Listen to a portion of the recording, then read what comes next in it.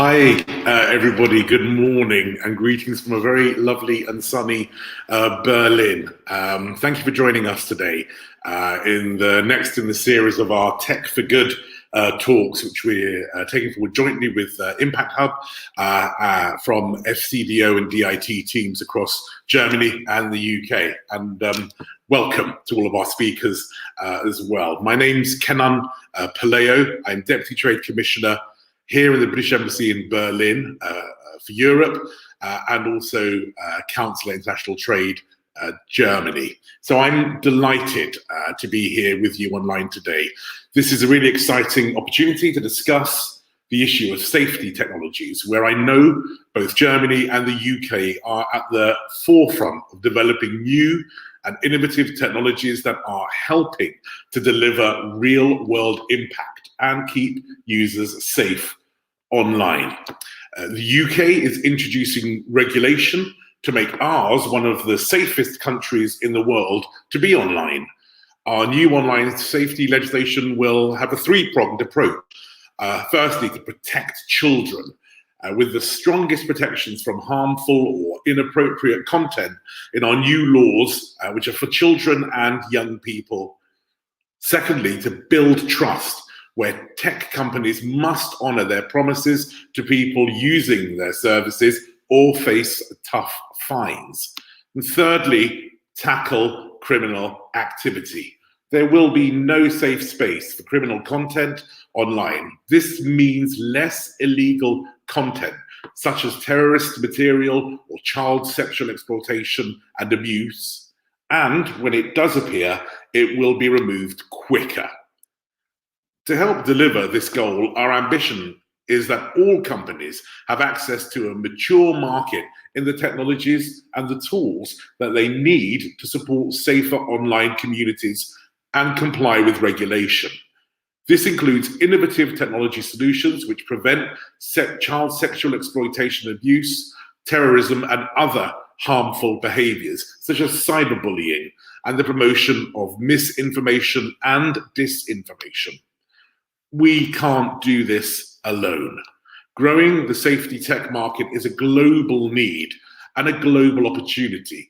And we're excited to be here today to discuss this with you, as there are many areas of shared expertise that our two countries can share and collaborate on. We want to see a thriving global market in safety tech so that it's easier for any company, wherever they are, to manage a safer online community. We've taken the first steps in the UK, supporting the formation of the new Online Safety Tech Industry Association, and most recently launching a new 2.6 million project to improve the online harms data infrastructure, to improve opportunities for innovators to test new online safety products against effective training data sets. For my team in Germany, in our consulates in Munich, Dusseldorf, and the embassy in Berlin, fighting online harms is a top priority.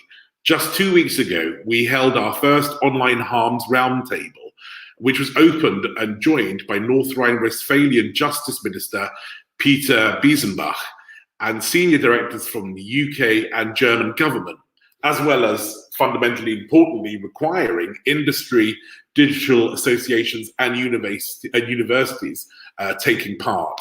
There was an overwhelming appetite to share best practice, really spurring collaboration in order to raise awareness of this important issue. I'm also really pleased to hear that UK-Germany safety tech company Safe2Net has just recently acquired 77 German mobile phone stores and will rebrand them as family stores, selling children-friendly phones and tablets bundled with online safety software. This brings cyber safety to the high street and will make a positive difference, as too many children are still harmed online. So it's great to see that there's already good links between our countries around online safety, and safety tech will deepen because of this. And I encourage everyone to participate actively in this session and become a part of the UK-Germany safety tech community. So many thanks to all speakers in today's event, to the Impact Hub, to Frank, Jane, and Ben in my team for making this session happen, and all of you for joining. I hope you have a really good discussion. I'm looking forward to listening to it. Thanks, Kenan, for these very warm introductory words. Also, very warm welcome from my side. My name is Nele Kapretz. I'm co-founder and managing director of the Impact Hub in Berlin, and we are super happy to host this event together with the British Embassy Berlin. And this is the third event in a series of talks, and we are focusing, as Kenan said today, on tech for good and security online. I think this is a topic that has been maybe in the shadows a bit for too long, and I'm very pleased to see all this progress that's happening in the past years, because I feel we do need to protect all people, but especially the more vulnerable communities online. Impact Hub is the world's largest network focusing on supporting social entrepreneurs around the world. There's over 100 Impact Hubs working with over 16,000 entrepreneurs.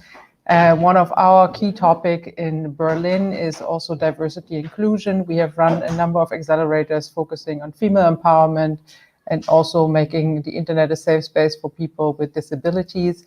And I'm extremely excited to be hosting this event today and learning from our panelists on the latest innovations and progress. I think it's also crucial that we are open to learning from each other. And I think especially Germany and the UK, there's so much that we can learn from each other and see how does the other country tackle certain issues. Germany is always very prone on data protection, whereas the UK always is a bit more innovative and open. And I'm super excited to see the synergies that can arise from this. Very warm welcome also to Vertly, the platform that we're using today. It is a platform where you can host different sessions, so one with our 5 panelists, and also later the networking area. If you experience any technical difficulties, then please on the left there is a function for tech support, and Stefan from Vertly is waiting there for you to help you out. You are now finding yourself at the main stage and will hear a panel and the presentation of our speakers here. If you want to ask questions to the panelists, please put them in the chat function, also here on the left, and we will make sure to pass it along to Ian Stevenson, who will be moderating this session. Also, at the end of the event, you'll be able to go into networking areas and strike direct discussion with other participants and the panelists that you will find under networking on your left. About the agenda today, we will first have a short presentation from Graham Francis, Senior Policy Lead by the UK Department for Digital Culture, Media and Sport, followed by a presentation from Ian Stevenson, Chair of OSTIA, the Online Safety Tech Industry Association Kenan was mentioning before. You'll be able to ask the questions in this first introductory presentation in the chat, and we would like to test this chat right away. So maybe the participants would love to hear from you. Where are you from today? Which city? Just drop us in the chat so we have a bit of an overview from our international audience today. All right, then without further ado, I'll pass it along to Graham Francis for his introductory presentation. Enjoy the talk.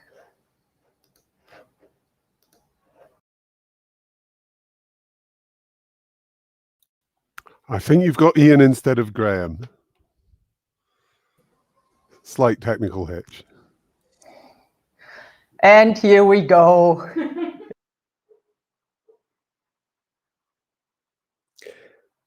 Hello. Really nice to be talking to you on what in the UK is a lovely sunny morning, and from what I've just understood by Googling it, is partly cloudy in Berlin. So lovely to be talking to you about safety tech.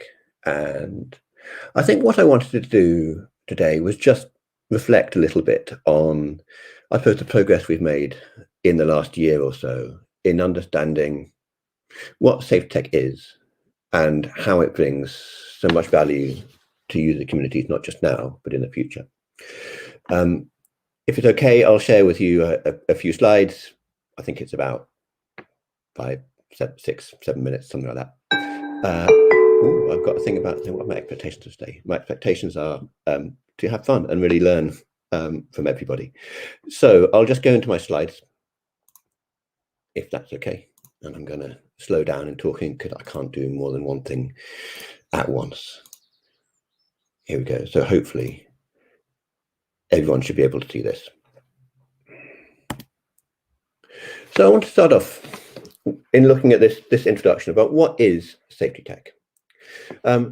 This is a quote from Professor Mary Aitken, who's a cyber psychologist we work with quite a bit now. And she said, cybersecurity focuses on protecting data, information, networks, and systems. Cyber safety, or safety tech, focuses on protecting what it is to be human online. It focuses on protecting people online.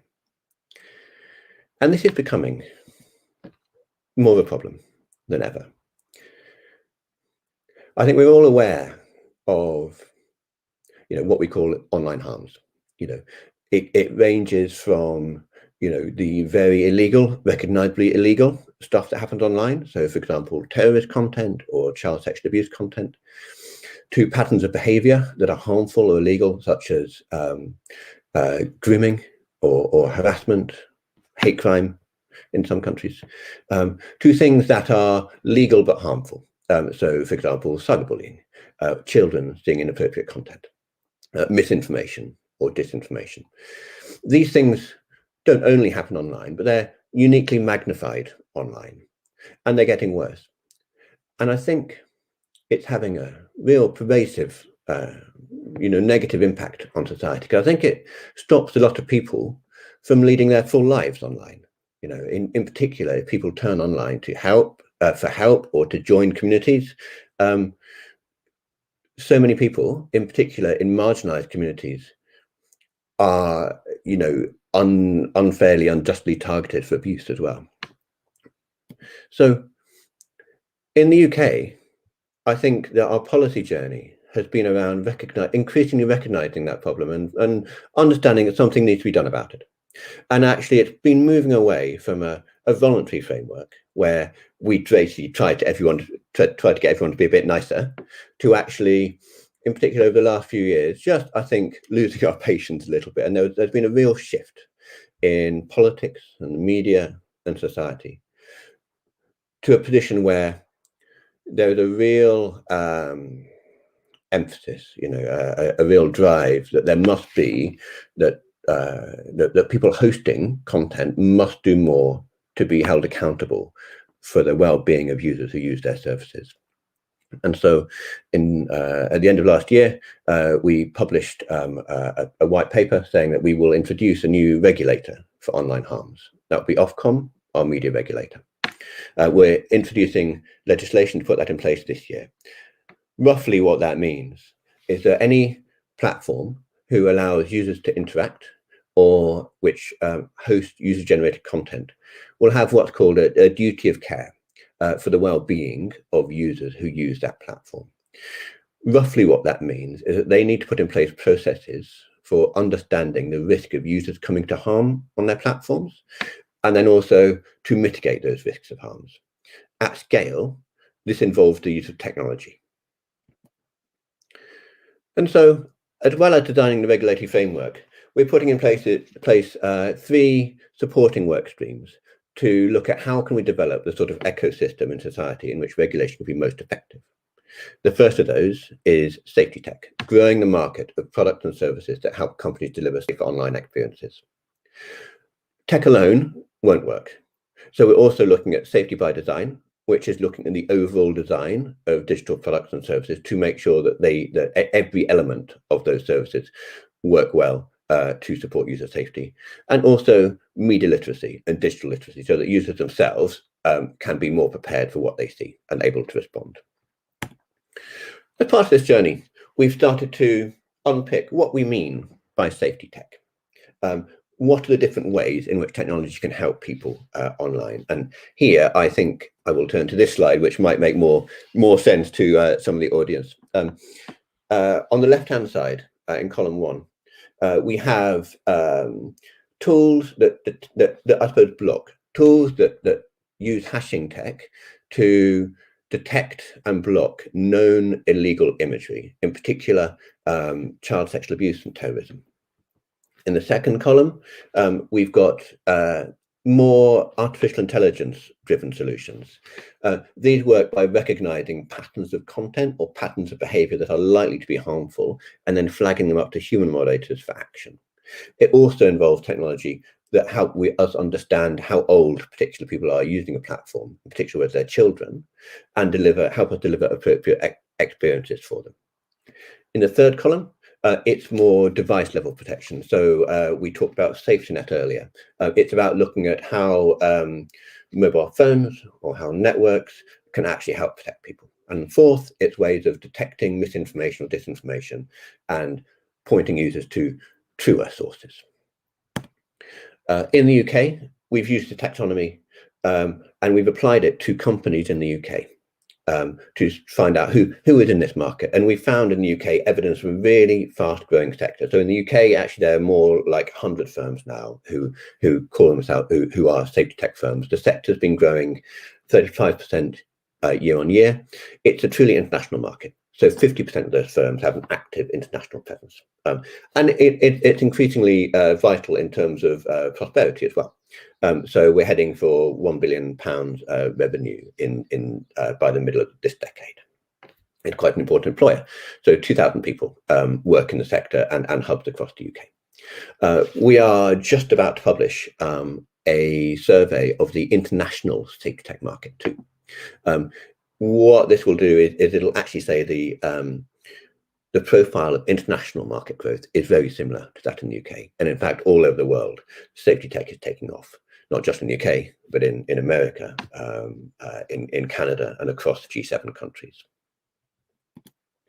It's still, however, a fairly early stage tech sector. And so we've been doing quite a lot of work to understand, well, how can we help the sector grow? How can we help companies in the sector deliver their important services to the people who most need them?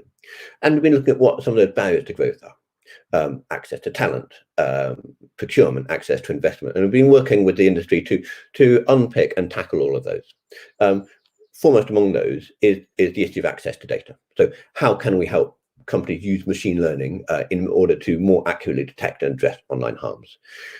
Also within that is the idea that markets are fairly undeveloped. The networks are really still yet to form. And that's why we're really, really happy to be talking to you here to understand how we can make stronger links between Germany and the UK. Our priorities really over the next few years are three. First of all, it's looking at how we can drive investment and growth of the UK and international sector as a whole. There are some great companies in it already. How can we help the company scale to the point at which it's able to deal to help support the success of regulation that's coming in across the world, not just in the UK, but Germany, France, US. How can we make sure that companies in the scope of regulation have got access to a mature market in products and services that help them comply and deliver safe experiences to users?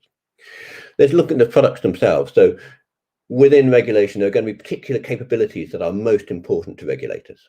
That'll differ in different countries. So whether it's detecting child sexual abuse, whether it's detecting terrorism, whether it's detecting hate crime, how can we make sure that the sector delivers what regulators and what politicians in each different country demand? And I think third, we're talking about how can we communicate the business value of safety tech, the return on investment of having safer online communities. We know that 1 in 5 users drops out of a game or online experience due to toxicity.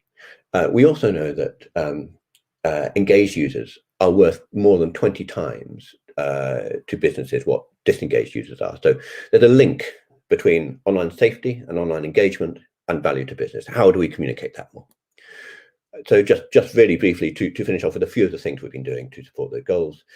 We mentioned the Online Safety Tech Industry Association, which Ian will tell you more about. We've set up Safety Tech Innovation Network. It's at that URL. I'll post a link into the sidebar. That tells you more about safety tech, about the companies across the world who can deliver it. We run regular events. Anyone is welcome to join and learn more about safety tech. We've set up a program, 2.6 million project, to work out how we can transform the data that underpins safety tech by introducing shared standards and better mechanisms for sharing of what's quite sensitive data.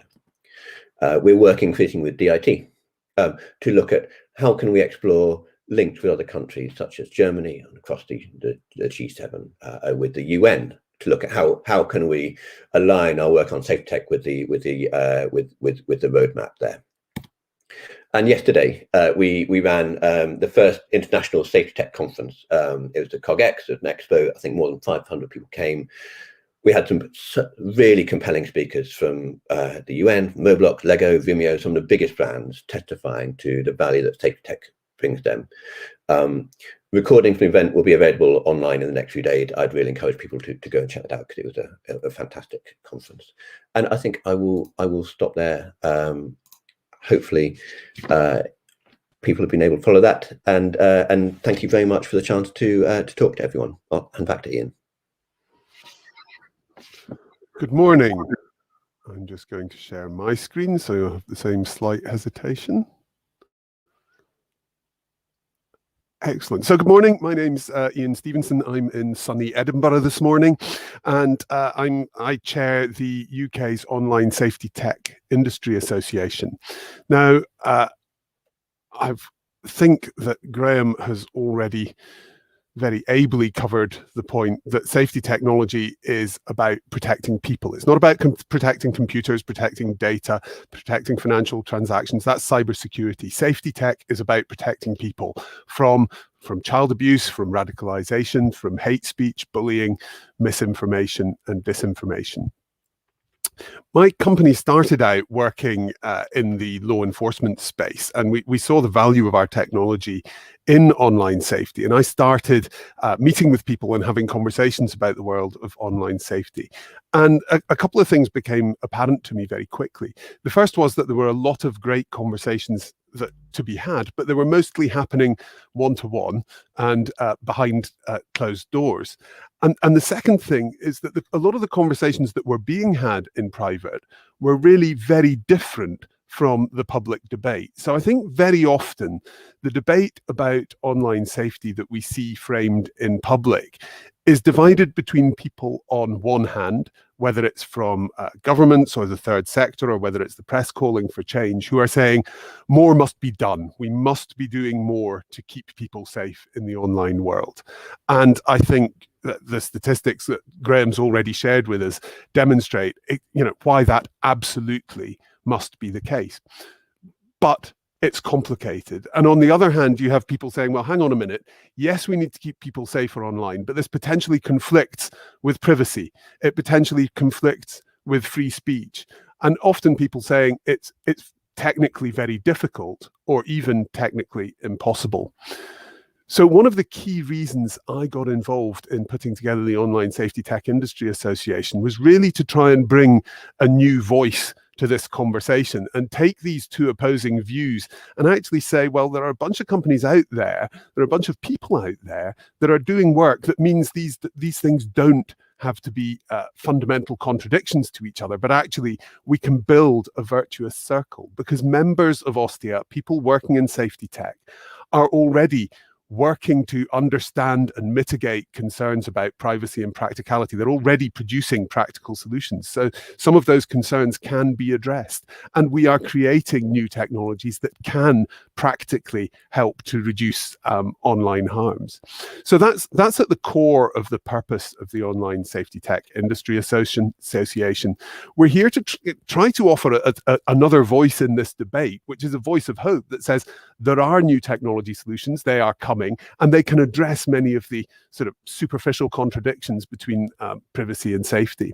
And the association exists to help us do that collectively, to collectively feed into conversations about regulation, about what is possible, about what can be regulated, and about how we can improve safety for all online, and also to create efficient networks between our members. So instead of all of these one-to-one meetings that I got involved in at the outset, we can have slightly more efficient networks where we get together and have the conversations that need to be had rather than having them individually. Ostia launched just under a year ago. We now have 25 companies in the UK that are full members, but it's really interesting that nearly half of those have international operations, and we've got a growing list of international companies that are associate members. And if there's anybody in Germany working in safety tech who'd like to find out about joining us, please do let me know. And I think one of the interesting things here is that the challenge and the opportunity is by definition international. The internet is international in its very nature. So how are we going to address that? Ostia is a UK focused organization, but already we've started attracting international interest. So do we need other national associations that work together, an umbrella body to coordinate national associations, or actually should we just have a single international industry association that brings everybody together for these conversations? I don't know what the right answer is going to turn out to be. In terms of some of those members, I think if I can just get this slide to change, which it seems a little reluctant to do at the moment. There we go. Some of these names have been mentioned in the conversation already this morning, but let me just run through a few of these and give you some examples of what Ostia members are working on and delivering at the moment to make the online world safer. So CRISP prevents online harms, misinformation and abuse by using predictive intelligence to identify bad actors, activists and agenda-driven groups so that they can be dealt with. Safe2Net, you've already heard them mentioned in the context of the buyer of mobile phone chain, so they can bring safety tech to the high street. They provide online real-time protection from predators such as bullying, grooming, abuse and aggression, again using artificial intelligence. Super Awesome develops and markets technologies that create safe online experiences, including parental consent management tools. Yoti is involved in privacy-centric identification and verification. So it offers consumer apps and white label verification services for identity and age assurance. CAP Certified also provides online authentication and protection services to help protect children from predators, groomers, and bullies. FactMata uses AI to help organizations and governments understand online disinformation and harmful content and the rumors that can spread online and assist in countering them. GoBubble creates safer digital community for kids with child-centered content moderation, powered by machine learning. Image Analyzer detects visual threats with patented artificial intelligence, helping minimize exposure to harmful content and implement brand protection. Vigil AI provides gold standard solutions for automatic detection and categorization of previously unknown child abuse content. Samurai Labs has produced the first cyber guardian that detects and disrupts risk of online harms with 100% autonomous interventions in near real time. And my own company, Cyan, helps law enforcement, social media and cloud companies find and block harmful content from pedophiles and messages, even in end-to-end encrypted messaging, without compromising user privacy. So that's just a little bit of a flavor of some of the work that some of the companies involved in the Online Safety Tech Industry Association are carrying out right now. So on that note, I'm going to just very briefly put up some contact details for the Online Safety Tech Industry Association in case anybody would like to find out more, join our mailing list to find out our events, or think about becoming a member. I will also put that in the chat unless Graham gets there before me. He's been very helpfully putting links to all of these companies I've mentioned in the chat if you'd like to find out more. So on that note, I will draw my presentation to a close, and I think we move straight to the panel session.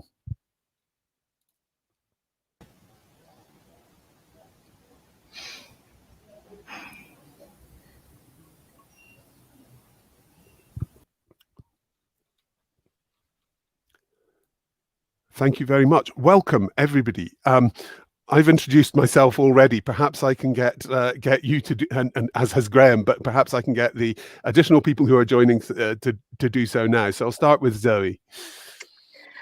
Thanks, Ian. I'm Zoe, and I'm the investment manager at Ananda Impact Ventures. And we're actually a pan-European VC investor, normally at late seed, Series A, looking for anything to invest in. It's software, B2B, that has massive impact. Jesse. Yes, thank you, Ian. My name is Jesse. I'm Chief Investment Officer of SafeToNet. And to give everybody else more time, I'm very happy to take questions later. And I'm very thankful for this discussion. Well, we'll have plenty of questions for you, don't worry. And last but by no means least, Marie. Yes, thank you very much. My name is Marie Nita and I'm representing Bitkom. We are Germany's digital association, represent different companies from startups to SMEs and global players. And our main goal is to advance the digitization in Germany and Europe. So I'm very glad to be here as well. Fantastic. So welcome to you all. There's an opportunity for the audience to submit questions, which I will pass on to you as they come in. But to get the ball rolling, Marie, perhaps you could start us off by telling us a little bit about Germany's regulatory strategy for fighting online harms. Yes, of course, happy to. It will be a bit difficult to do this in a short time because it's quite complex, but I will try.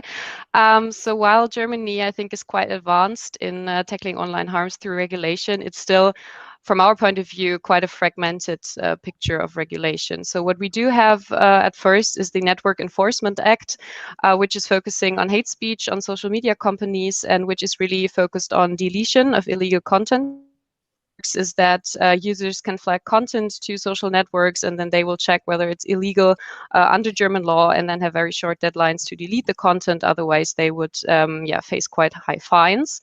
So it's the first thing we have. And then we also have regulation in the area of youth protection, which is actually a bit more complex even because it's a shared competence between the federal government and the German Länder who both have regulation in that area. So we basically have two laws on this, while the one is a bit more focused on precautionary measures to be taken by the bigger platforms and social media companies, also as a safety by design, so to say. The other one is rather focused on technological solutions, which is probably also interesting for this round. And what they are trying to do, which is a bit also the problem from our perspective, is that they're trying to solve the whole issue of harmful content for children by a sort of a one-button solution, to have one filtering mechanism at the browser or operation system level, and then sort of have all the content that's harmful to children go away. Which sounds like a nice solution, but probably won't work also from our point of view, because what we will need, and I think that's also the message that I would like to send across at this discussion, is that we will need a big picture of very different companies, very different solutions for the different platforms and also systems and devices that children and people as a whole use to get access to content. And we will all of these situations and very individual innovative solutions you pointed out approaches already. So this is probably the most important issue also for now in German youth protection regulation. And I would be very happy if we could get a bit closer to our goal there by also contribution from the members you just pointed out. And you mentioned there the big platforms, which are obviously key to this, whether it's the telecoms or the social media companies like Facebook, Google, Twitter. How are you finding they're engaging in these in the debate and the conversations? Is there a shift towards increased awareness of the needs of online safety and increased collaboration? Yes, for sure. I think there was actually a big shift and a big, also realization of the responsibilities that go hand in hand with offering such an important service to so many users. So I think we really saw a big change there comparing the situation to 5 years ago, probably. So I think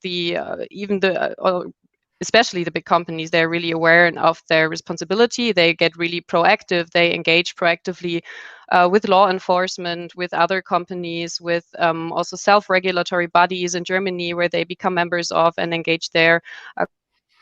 think we've really reached a stage where it's really clear that all these platforms have a very high degree of responsibility. I think what makes it difficult for them, especially for the global players, because they offer their services in all of European or maybe even all of the countries in the world. And for them, it's really difficult to see that all of these countries have different regulations on harmful content. So similar, but yet different regulation, which makes it a bit difficult to offer sort of a special service for all of these countries. And I think this is also one big topic for today that has already been mentioned: European, if not international, cooperation and also coherence on these issues. So that's a fantastic point, and something I'd like to come back to in a minute. But we've sort of got the policy perspective on online safety in Germany. But I'd be really interested to hear from you, Jesse, and then after that, Zoe, how you feel about awareness of online safety in Germany. What's the perception of the regulation, and what could be done to do more? Yes, thank you very much. So, thank you. So my feeling is that awareness is there and people know about the challenges of online safety for children. But as awareness is there, I have the feeling the focus is in part totally wrong.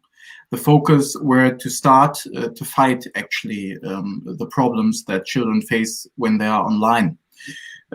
So oftentimes we see scandals, for example, in Germany, and everybody concentrates on that.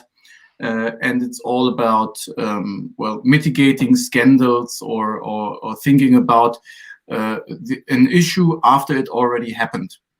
But what's the reality of the online experience of children? Most children at a young age have smartphones or smart devices. They are using the platforms from YouTube to Snap to Discord to WhatsApp every day. So every day they are, at the end of the day, they are in harm's way from cyber mobbing when I talk about Discord or WhatsApp to YouTube videos. And it's not only, for example, violence or sexual stuff in YouTube videos. It's also that people don't look at the advertisements. I'm really sometimes shocked by advertisements that little children see when they look at YouTube. So everybody knows that prevention is key. But still, state and many actors are not engaging early enough, often too late. And also a short point on another focus we really have to make, I think, is we don't focus enough on well-being. So when we have the time that children are depressed, it's already too late. We should have been there before there. And talking about prevention means from the beginning thinking about what can be done, for example, to get children out of harm's way with regards to bullying, for example. And there we need safety by design, as we heard here already. And we need a safety tech sector which is able to produce that at the end of the day. Zoe, you must meet a lot of companies as you look for investment opportunities in the market. What's your perception of the state of play in Germany? Well, I wish there were more companies that I could meet in Germany. That is the state of play, and part of the reason why I'm doing this panel. And I hope that I can trigger some of the companies in Germany that we haven't found yet that might be suitable for investment for us. But if I go back and go back to where my journey started with safety tech and what I feel, and then compare it to what I feel is missing in Germany. We're sector agnostic investors, which means we invest across a broad range of industries. Doesn't mean that I'm saying that I'm lazy, but it means that we have to have our fingers in lots of pies. And it's a lot easier for us to filter through all the companies when they're together in a collective, so we can see them across and compare. And when I've been out searching for companies, Ostia has just been incredible. I met Ian 18 months ago, I think now, when we were able to have sit-down dinners, and I sat next to him. And I'd known about SafetyNet and Yoti, and there was some, people coming really through to build big companies. But it had been a lot in the past have been very B2C oriented, and we're B2B investors. And then when Ian told me what he was working on in digital forensics with his company, Sign Forensic, was like, wow, there's other areas that are not B2C. And he said, well, actually, there's a lot more. And I could tell you all about this. And we're working with this guy called Graham. And it was just this entire world opened up to me, where I could see what now is, over 100, like Graham was saying, all these different companies across the UK. And then I wrote an article on the fact that this is an area that I wanted to invest in, to try and pick up more interest from across Europe. I picked up interest from Ireland and from Switzerland, but even though we are a German-based investor, no German companies came through.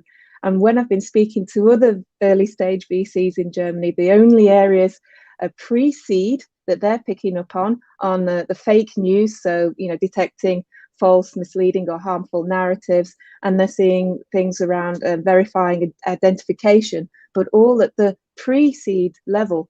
Now, I'm hoping by doing this, and if it's recorded and it goes out further, that I could get hold of some German companies to invest in. But this seems a lack of structure in an area that's really growing and is having a massive impact, and I can't see it coming out of Germany. And I think there's such talent within Germany, and the capabilities are certainly there. The ecosystem, the tech ecosystem is there. I would love to see something more structured and fostered that enables investors like us, who are not lazy, I point out again, but making it easy for us to see, a collective, and encourage that collective and start to invest together and co-invest. Because Ananda are there willing and waiting. We just need some more of us. Fantastic. So we need more we need more coherence. Does that I mean, I'd be really interested to get perspectives on how we achieve that. So Ostia's brought together companies in the UK. Are we missing other safety tech companies in Germany? Could we help highlight their existence by getting them to sign up as associates with us, or has Zoe not found many safety tech companies in Germany because they're not there? What do you think, Marie?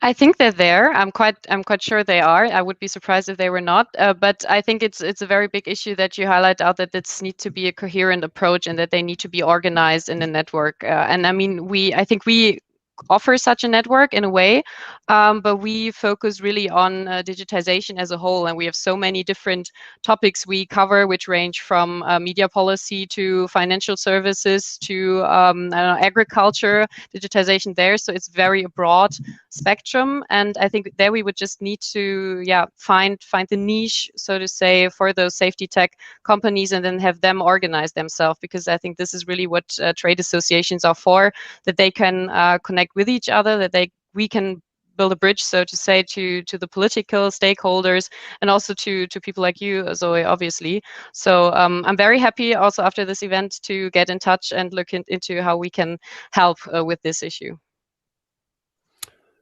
Fantastic. So this seems like a natural point to start looking at some of the questions we've got from the audience. So one that's come in is how Marie shared with us a little bit about how the regulatory environment works in Germany.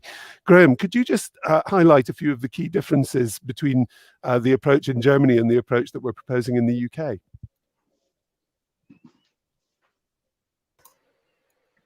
Excuse me, if you maybe ask the question to me, the video was a bit slow. Maybe you could repeat that. Oh, okay. I was so the question is how is the UK online harms regulation different in its approach than the German one? And I was really directing that at Graham, but I don't know if you can hear me because I'm getting a blank look. No. Just really briefly, I mean, I haven't done a detailed comparison of the two. I think in some ways, actually, Germany has been one of the companies that in some ways has been ahead of the UK. I think in particular of what it's been doing around hate crime and what it's already got in place is ahead of anything that we've got. I think what we're trying to do in the UK is, I suppose, put in place almost like a systems and outcomes based approach. So we're not saying like these are the laws on how you stop hate crime. This is how you stop child sex abuse. This is how you stop terrorism. Actually, we're looking at an overarching framework around which any company who hosts user-generated content or allows users to interact has to, through which it's held accountable for the well-being of people who use that platform. In some circumstances, there are particular codes of conduct around particular types of abuse. So, for example, terrorism or child sexual abuse.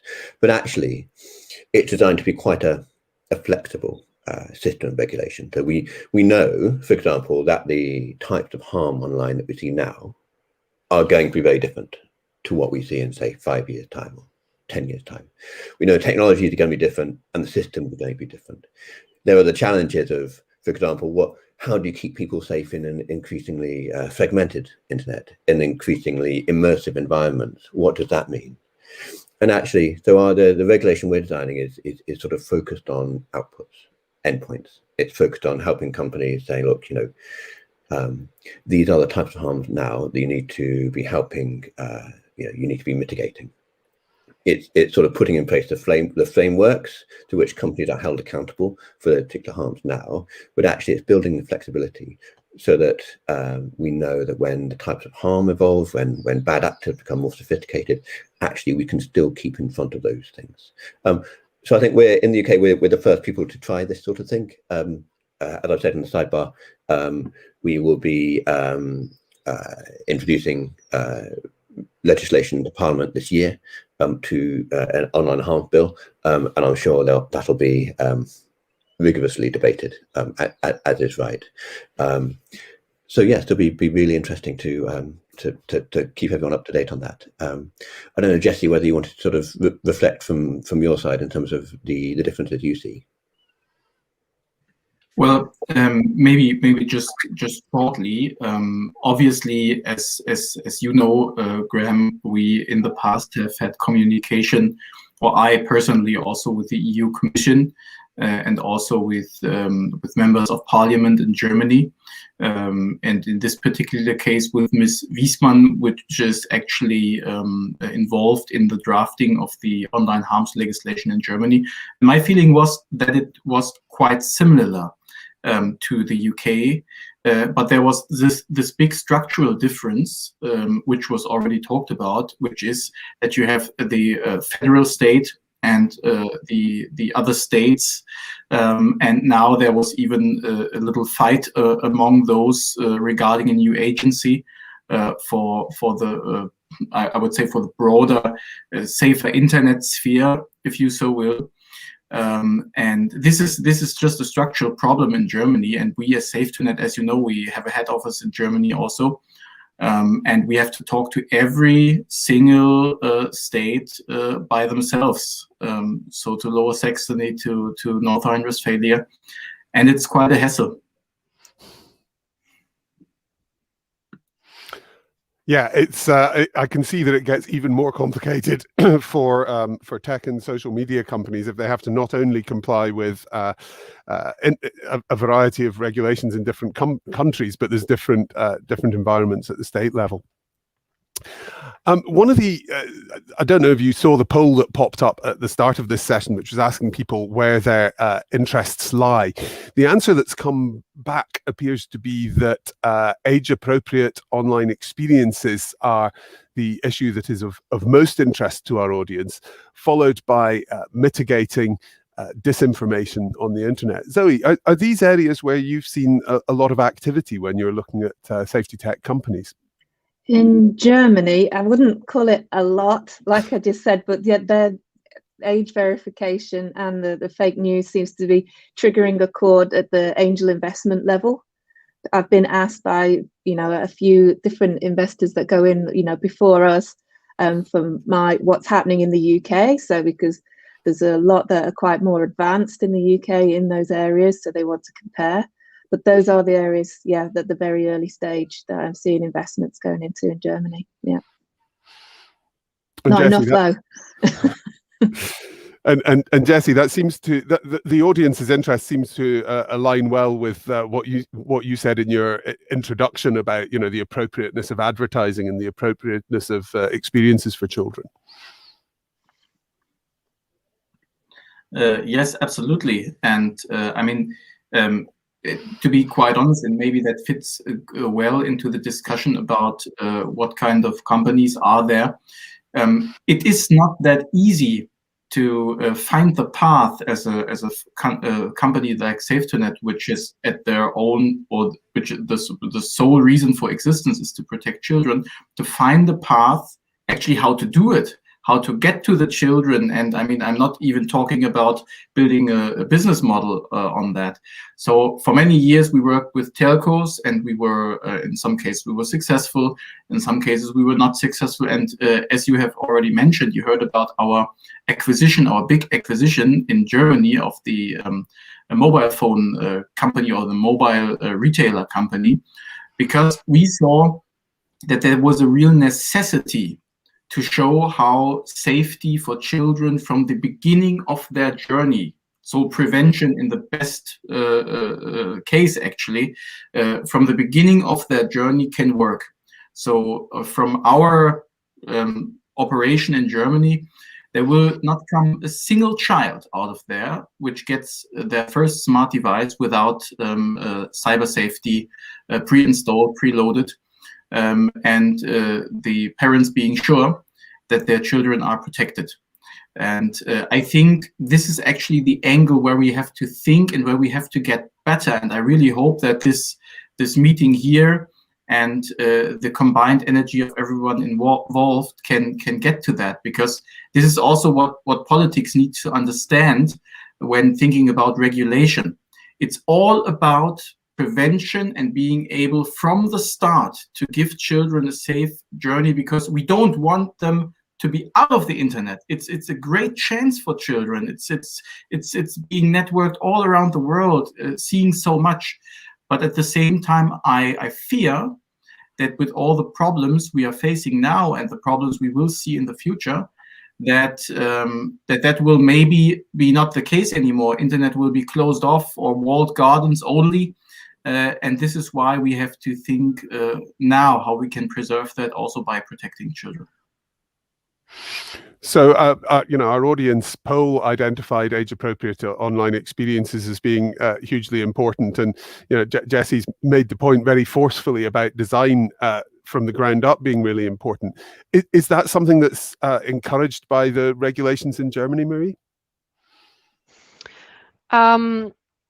Yeah, I would say in a way it is, but then again, as I mentioned, they really focus on this one-button solution and just have everything that's not age appropriate for this child who's using the device go away.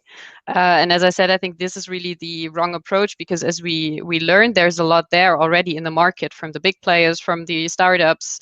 And I think the task is really to get to a point where parents are more confident also in using these solutions, in knowing that there are these solutions, which is obviously the first step, and then knowing how to use them and what their effects are. So I really think we would also need to do a bit of education of parents on the solutions that are already there.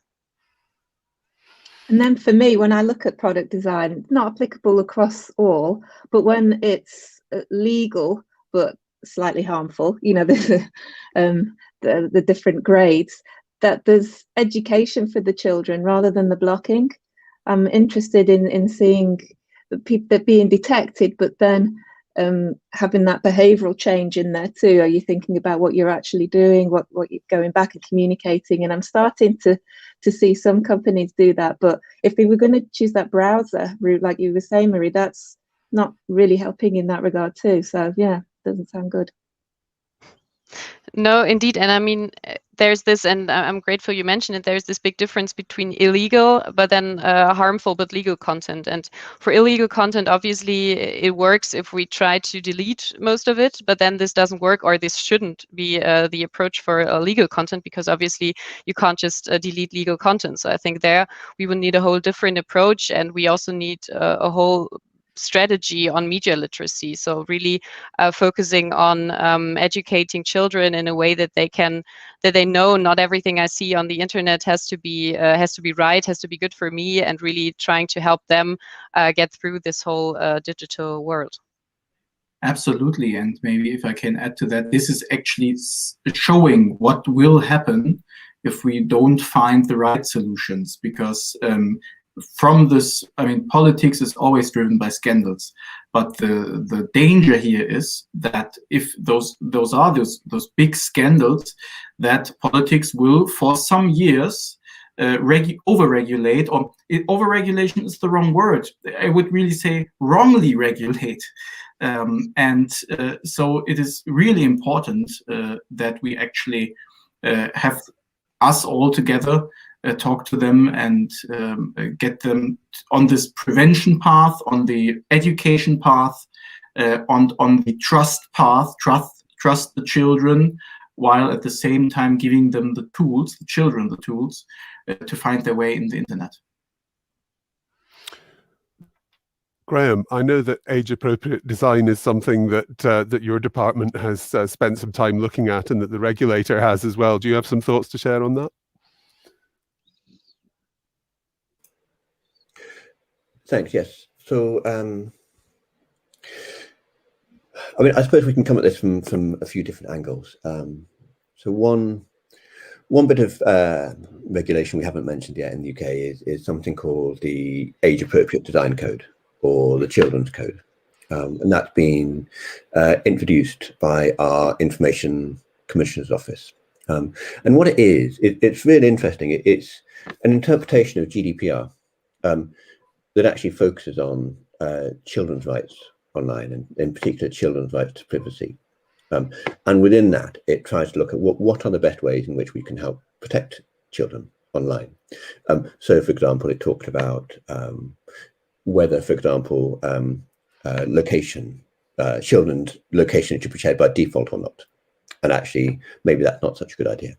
And so I'll kind of share the link in the sidebar to it. But this is legislation, obviously, it's linked to the GDPR. So, it's already in effect to some extent, but it'll start to be enforced by the end of the year. And I think that's going to have a huge impact, I think, in terms of looking at the safety of products that are used by children and the way in which children's data is handled. So I think that's one side of it. I suppose the other is, again, I'm looking at sort of how do you create age-appropriate environments. And so companies like Super Awesome, for example, you've mentioned earlier, have for a long time been looking at, well, how do you create those in the US? How do you ensure alliance with copper, that kind of thing? Like, how do you make sure that children are kept safe in a particular environment? And I think we're going to see more around that. I think, as people have said, the internet isn't designed for children, but it's designed for adults. And in some sense, it's not designed at all. It was all just kind of thrown together. So now you're seeing, children in environments that are just not designed for them. I've got 3 boys. They're like 7, 10, and 13. They're just on the internet all the time, and it's not designed for them, and it's a worry. And I think too often the burden is put on the parents or on children themselves to do the right thing, where actually, more of there's a sense to which more needs to be done to make it easier for people to be safe, or to empower them to be safe. And actually, this is just a debate that's still evolving. There are some technologies there around age verification and age assurance. They're pretty good already. So companies like Yoti are leading the way, but I think they're always developing.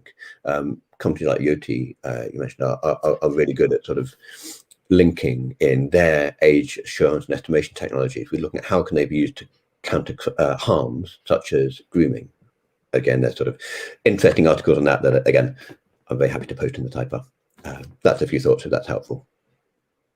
Yeah, thanks for that, Graham. Really appreciate it. And I think there's there's various pieces of work that have been done or are being done. There's definitely including the the work that Graham's team did on the safety tech sector in the UK that go quite a long way towards splitting out the different roles of age-appropriate design, automated blocking of illegal content, AI and machine learning driven detection of perhaps not illegal but other types of harms, and how you can look at building systems around these things that create an overall solution. So I'm very conscious. I think we've got about 10 minutes left, unless somebody's going to shout at me and tell me I've got my agenda wrong. But on that basis, I'm really interested in whether there are things that we as a group and others who are watching can take away from today to actually, take forward, so that this goes from being a nice conversation to the start of something bigger. Somebody's already suggested in the sidebar, could we have a safety tech working group within Bitkom? But actually, rather than just ask that one question, I'd sort of like to go around you all and get your feelings on, if you had one or two next steps that you could ask this group and others in the audience to take away and act on after this event, what might those look like? Marie, let me come to you first, since somebody's already suggested a safety tech working group within Bitkom. Perhaps you'd like to come back on that, or maybe you have another suggestion for us. I am very happy to also consider this point. The group. No, I think what's really important is raise awareness about this topic, which is what we do with events like this. And I hope that there will be a lot of events and also roundtables to follow around these topics, because that's really the first important step. And then it's really cooperation and collaboration, and not just within countries, but then from different countries on a European, maybe even an international level. I think those are really the most important points we raised today. Fantastic. Jesse, you already work in Germany. I guess your magic wand might be pointing towards unifying some of the regional efforts into a more national one, but what's your take on that? Yes, so I think there were many things that were already good that were said. I think working concretely on the infrastructure that we want to see would be a good thing, and the working group, and also maybe if it would be possible to bring those in this group more strongly together, network them closely, so they can also do some things bilaterally, but also in the group. So I think those would be two things that we could do. And if we would have some kind of a working group where a workshop would be possible, then what would interest me, of course, would be what do we actually want? What is the infrastructure we want? What do we see from the political regulation side to the companies, the safety tech companies, to the children down below? How should that look like? And if we could work together on that, and maybe through your coordination, I think that would be absolutely great. Zoe. Okay, from my perspective, any German initiative, Bitkom or otherwise, happy to get involved from an investor perspective and start to pull that side together. In the absence of that, if anyone else on this call could send Ananda through any safety tech investments, potential investments, companies in Germany, that would be wonderful, because I really want to get the numbers up. It's very UK heavy, and we're a German VC, so I'd like some on the German side too. And if you know any other German VCs that would be interested in investing in this area, it would be great to start to build together a collective of German VCs too, because I'm sure there's capacity for this. For sure, there's a lot of new VCs coming out of Germany, particularly impact funds. So I'd like to, get together and be at the forefront of this. I think it's an excellent area, particularly for impact tech investors. So Graham, having watched the community come together in the UK around the Safety Tech Association and the Innovation Network, would it be useful to have counterparts of some of these things in Germany to make international cooperation easier? Absolutely, absolutely, yes. I mean, I think we've seen in the UK, it doesn't take much. Really, a year ago, in the UK. I think Ian, you and a few other people went, actually, we think there's something here. Let's just do something. And actually, it snowballed so rapidly in the UK over the last year, when people have gone, this is really a thing. This is about telling a positive story about how tech can be used for good. And we can tell this story in a way that doesn't frighten people, you know, and we can tell this story in a way that frames it around value for business. And actually, it's really caught people's attention at all levels of the country. And almost it feels like the opportunity is there in Germany as well, to be able to frame a vision for how safety tech can help speak to some of the greatest priorities within Germany. How it can help your country overcome the problems that it uniquely sees online. We're really, really happy to help. You know, we've done a bunch of stuff, a bunch of research. We've learned some lessons along the way. We're very happy to share those things and to work with you. I think the final thing I'd say is we've almost learned how to scale safety technology. We started off by thinking about safety technology maybe as something that only really affect or is interested affect the main platforms, perhaps, or then sort of that and a few sort of safety tech firms. Actually, there's a shift to seeing it actually as being fundamental to the growth of a healthy digital economy. You know, we've seen in the UK, games companies, for example, scale up massively. They suddenly have a big online user community. You don't know what to do with them. You know, they are losing people because of hatred and toxicity, and those communities disappear. Now, we can't keep doing this. And I think there's a link that we can all be making between safe user experiences and, in fact, the health of the future digital economy, the creative economy, that I think we should be more leaning into. And I think that's something that we can and must work together on. And I think, as you alluded to there, Graham, you know, some of what we've accomplished in the last year started from an event very much like this. It was actually the last in-person event I attended before we were locked down. I pretty much got on the train home from London and locked the door behind myself. But where we got together some interested parties in the UK to talk about safety tech, and some consensus emerged that we wanted to continue the conversation and that we'd go away and find ways to do that. So perhaps this could be you know, an equivalent starting point to make sure that the conversation continues in Germany. And I'd encourage everybody watching, as well as everybody on the panel, to help make sure the conversation continues and some of these things emerges. And certainly, if there's anything that the UK Association can do to support that, we'll be very happy indeed to help. I see a notes popped up in the sidebar from Frank Ambos saying that he's already in the initial stages of starting a UK-German safety tech interest group, and you know, we're delighted to be involved in that. And it looks from the nodding heads on my screen like others on the panel will, and I'd invite anybody in the audience to get in touch if they are interested in that. So I think we've just got a couple of minutes left. Is there anything anybody hasn't been asked that would like to be asked and thinks we ought to talk about today that they'd like to put out there?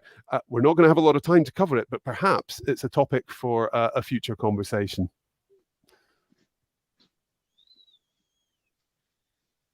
It looks like we've managed to milk everything we're getting out of our panel this morning already. So in that case, I'd just like to thank you all very much for participating in the conversation. Really appreciate you taking the time, and I hope that I'll see all of you either online or in person before too long to continue the conversation. Thank you very much, everyone. Thank you. Thank you. Ian, I'm taking over from here because there were still we do have a couple of minutes for questions from the audience. Yeah, okay. I was trying to come in on time. My clock must be ahead of yours. No, it's perfect. But we have around 10 more minutes for more questions. So for oh my Jesse, goodness, I'm sorry. I've got this completely wrong. I thought we were done at 10 past. I think there was...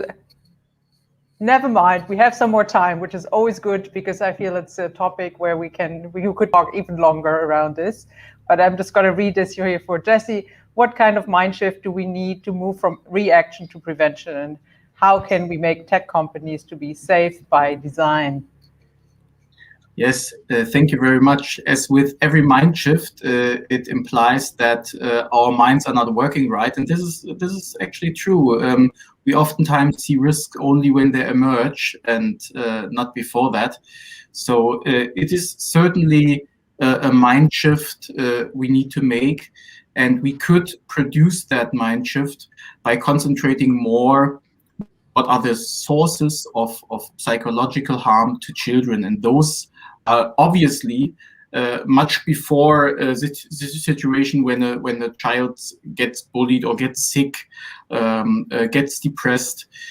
So we have to look at the sources. And I mean, we have quite a big well-being industry for adults now. We see multiple apps, we see multiple things, and I think it is true, and it makes sense that children need it even more.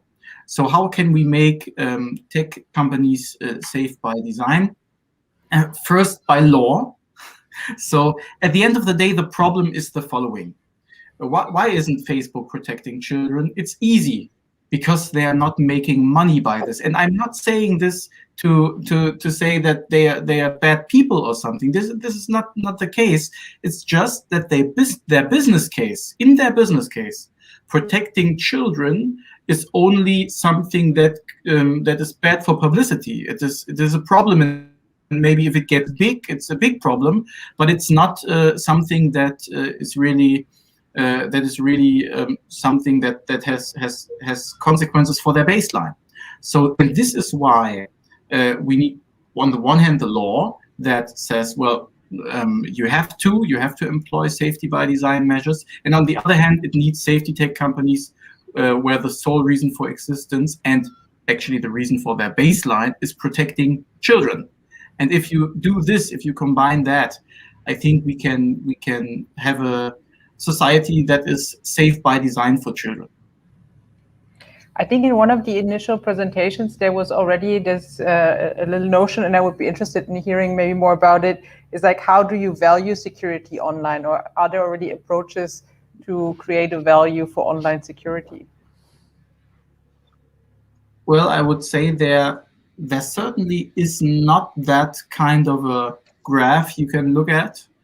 And I would even say there's not even something like a condensed view on that.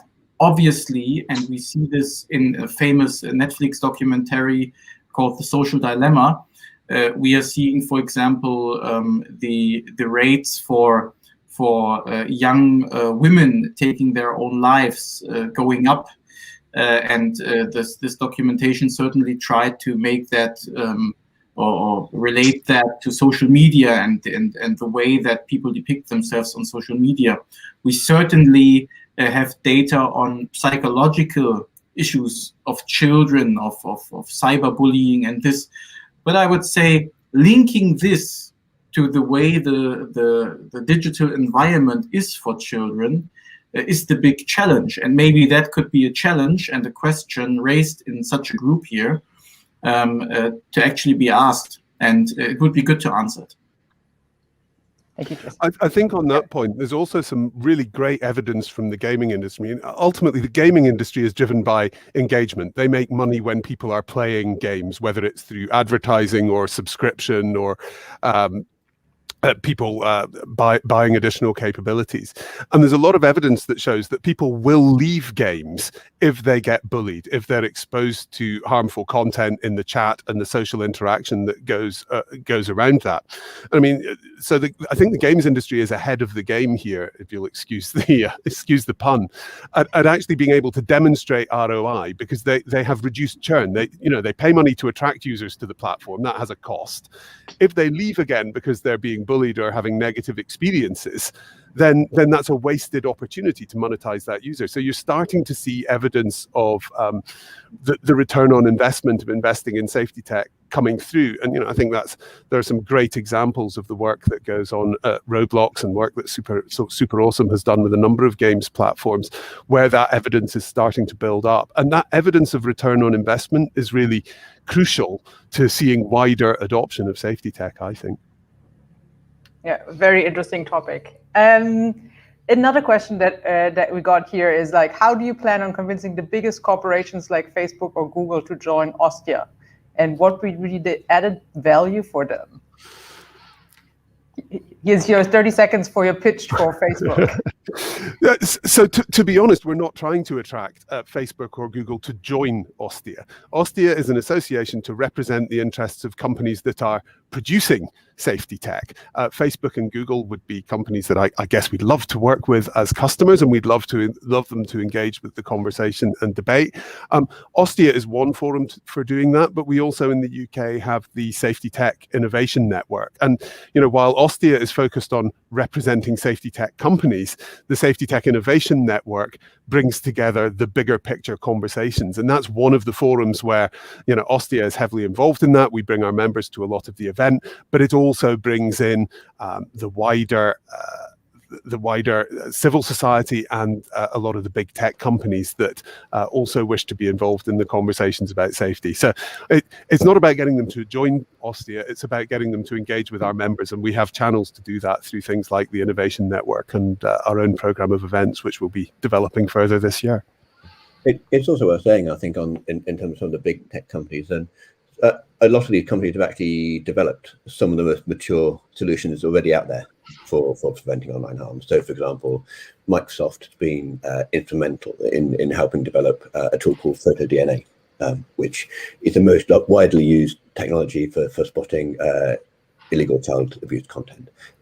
Google produces and shares Perspective API, which is a tool for detecting toxicity. So lots of these companies are actually already in the market. They're already sort of using some of their capabilities to provide industry-wide solutions that support online safety. And that's something we're already seeing, but obviously we would like to see more of as well. And maybe just quickly adding on what has been said on this and also the prior question, I think for the social networks, it's similar to the gaming platforms, because obviously also there the users don't want to be there if they just get hate speech and bullying and stuff like that. So they will also leave the platform. So already there's a big incentive to do more, and they're actually doing more and becoming more proactive, and also joining associations and as I mentioned, self-regulatory bodies, which they wouldn't have to do by law, but I think they realize that they can't get on with saying we're just a platform where people can upload content and that's it. We're just the infrastructure, which obviously isn't true anymore. And I mean, I think all of them know this and know about their responsibilities. So I really think we're seeing a positive shift here that obviously isn't at the end and at the goal yet, but we're getting there. And I think that's a great point, because some of the biggest social media companies have such an effective monopoly in their space that it's not a competitive environment. But especially when you look at emerging social media platforms, that they are, they're trying to attract eyeballs, and those negative experiences are really damaging to that. And, as Graham said, some of the really big companies have already contributed to producing amazing safety tech. But if you're trying to start a new social network from the ground up and build an audience base, or if you're a smaller company, you may not have the internal resources to do that. So, the safety tech industry, of course, it's about supporting the big companies with the latest technology, but it's also about supporting emerging companies, new companies, smaller companies that have no option to develop that technology in-house. All right, well then, thank you very much for sharing your insights and answering all these questions. I think there's a couple more in the chat, but as a quick reminder, after this discussion, there will be the chance to network in the networking area, and I hope you can also stay on to answer some of these questions. I would love to continue this discussion because I think it's so important, and I think it's also, I'm extremely curious to see if you say, like, you started this like 1 year or a year and a half ago, where will we be in 1 year? I have a bit of feeling that this might become a very important topic in the years to come. And thank you all for your important work in this sphere, because I feel maybe in the past there wasn't enough focus on protecting people online. And it's great to see that this work is being pushed forward. So thank you very much for your input, and see you in a bit in the networking area. Good. Thank you. Thank you. Thanks. Thank you. All right, and this brings us to the end of our event today. I think what we learned from the panel discussion was also how important it is to bring what we call unlikely allies together. So to bring together organizations that maybe usually wouldn't work together, and also learn from each other and see the other's perspectives. Also in that spirit is our collaboration of Impact Hub Berlin together with the British Embassy here in Berlin, because to foster exactly that collaboration, co-creation, and learning environment on these most pressing topics. And I think after what we heard today, we can really say that the safety tech sphere is one to watch and one to focus on in the years to come. I'm also already thinking, like, how can we include this in our future programs to make it more of a priority, because maybe we haven't put enough of a focus on it in the past. So I would like to hand it over for some closing remarks to Katie Moss, the second Secretary EU Economic Team by the British Embassy in Berlin, and she will be followed by Benjamin, or no, he's also already here. Hi, Benjamin Vanenweg, Head of Tech and Capital Investment of the British Consulate General in Munich. And don't forget that after the closing remarks, there will be space in the networking area to discuss with the fellow participants and panelists. Thank you so much. Thank you so much. Yes, so I'm Katie Moss. I work at the British Embassy here in Berlin. And Ben and I together are going to just provide a couple of closing remarks to close this event, but also this series that we've now been running since December with our partners at Impact Hub. So firstly, thank you so much to all the speakers who joined us this morning. That was a really fascinating discussion. And thank you also to my colleagues, Frank and Jane at the British Consulate General in Munich for setting up this event. It was really interesting to hear the UK and German perspectives on this really important issue. And I think this is going to be an issue that's only going to become increasingly prominent in the coming years. And I was struck particularly about the importance of collaboration. And that really is the heart of what this event series was about, to show that the UK and Germany do have such a potential to work together. And safety tech is going to be one of those issues that I think we're only going to hear more about, and that I hope to see many more collaborations between our two countries in the coming years. So as I said, this marks the end of our UK-Germany Tech for Good talks. Our Minister, Caroline Dinniage, launched this series in December with her German counterpart, State Minister for Digitization, Dorothy Bär. And the launch event showed the huge breadth of the potential for Tech for Good, and also some existing UK and Germany collaborations.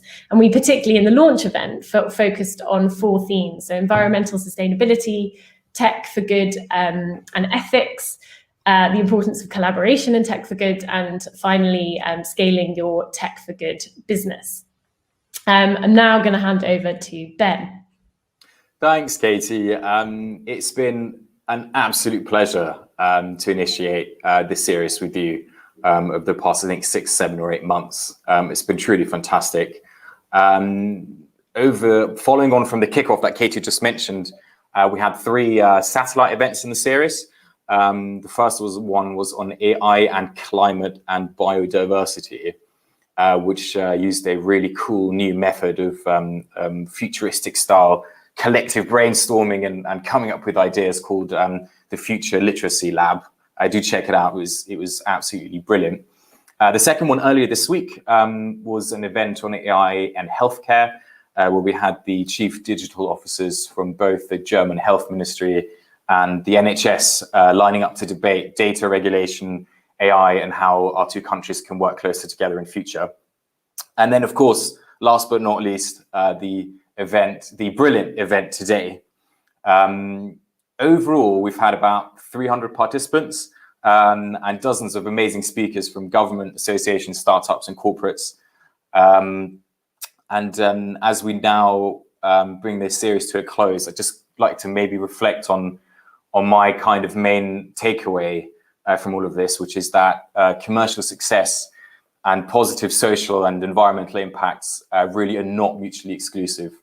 And to just give you an example from the UK, maybe to illustrate this, tech companies in the UK who are aligned with the UN Sustainable Development Goals have in the last 6 years raised over 2.2 billion in funding and investment into these tech for good startups has increased about tenfold over that same period. So that gives you a good indicator as to where the journey is going. So again, massive thanks to the team, to Impact Hub, and particularly to UKT for doing a brilliant job on this. And with that, back to you. Thanks. So I think our key message is to please do get in touch with either of us. You can find us on LinkedIn or after this session in the networking space. But there is a whole wealth of British and UK organisations out there, and you might want to get in touch. So please just let us know if we can put you in contact with anyone in particular. I also just wanted to use the final sort of couple of minutes to say a huge thanks to the team at Impact Hub. So Heloise, Marlena and Luke, you've been fantastic partners on this really fantastic series, and it is really down to your hard work. And I think together it's been really exciting to highlight the role of technology in contributing to solving some of the greatest challenges that humanity faces. And I think if this year has shown us anything, it's both the extent of the challenges that we face, but also the potential for radical change, innovation, and also that vital role for technology. So together, the UK and Germany are positive and constructive voices on the global stage, seeking to promote technology in line with our shared values and respect for human rights, inclusion, diversity, economic growth, and societal benefit.